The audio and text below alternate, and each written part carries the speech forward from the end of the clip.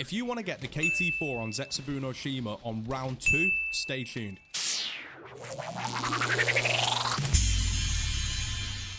Okay, no messing around, no funny business, no goofing in this video. I'm confident that what I'm about to show you today could flip the Zetsubou no Shima world record strategy on its head. I've seen maybe 1 or 2 people mention this on Reddit threads, but from my research, there is no YouTube videos out there covering this topic. I'm like 98% certain that the footage you're going to see today is the first of its kind on YouTube, and because of that, I think I deserve a like and subscribe, so make sure you go ahead and do that.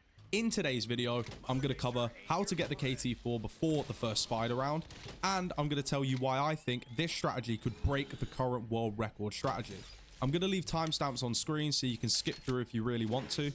Before we load into Zets, you need to make sure that you've got your setup right. You need to have a lobby of at least 2 people when running this strategy. It is possible to do this on solo, but I'll have to explain that part later in the video. For Gobblegums, the standard Zetsubou no Shima Easter egg gum set is perfectly fine, but make sure that someone in your party is running point focus gums such as extra credit or raindrops. Once you've loaded into a game of Zets, you need to focus on opening the following doors. The doors that lead to the challenge area, the doors leading to the plane trap, the doors leading to Lab A, which is also known as Blue Water Lab, and finally, the doors from Lab A that take you past the bunker and into Lab B, also known as Green Water Lab. Once open, you need to complete the skull ritual in the starting room first. This is very important. The order you complete the skulls will determine which enemies spawn in first. The first ritual will always spawn zombies, the second ritual will always spawn zombies and spiders, the third ritual will always spawn thrashers and zombies, and the fourth ritual will be a random combination of the 3. We need the plane trap ritual to be the second ritual completed. Once the first skull is complete,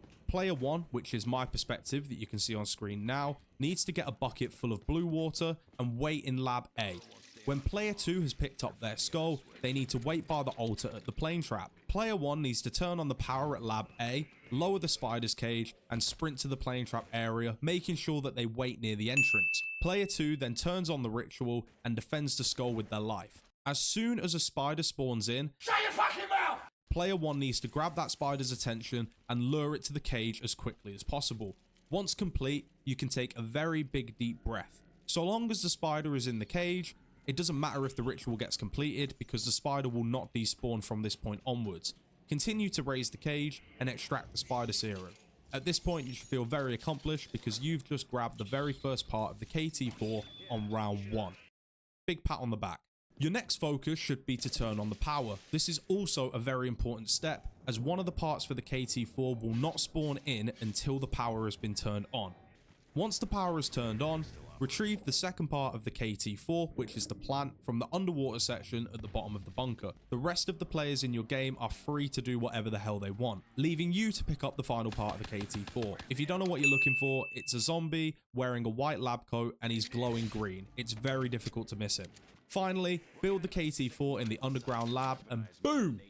You've got the KT4 on round 2. Now, I did say earlier in the video that you can do this on solo, and I have done it once, but it is very, very difficult, and I don't have any footage of that for this video.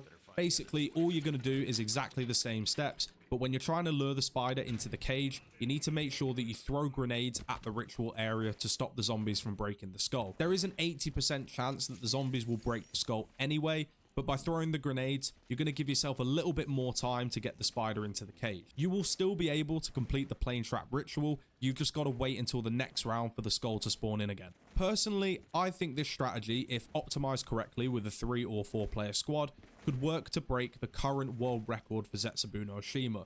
With the KT4 unlocked, 2 major parts of the Easter egg can be completed before the first spider round. The spider boss fight, as the KT4 can be used to open the lair, and getting the AA bullet as the KT4 can be used to fertilize the plants. By completing these 2 steps early, you're essentially stacking all the main parts of the Easter egg between round 1 and round 6, giving you loads of time to continue completing your challenges and get to the boss fight.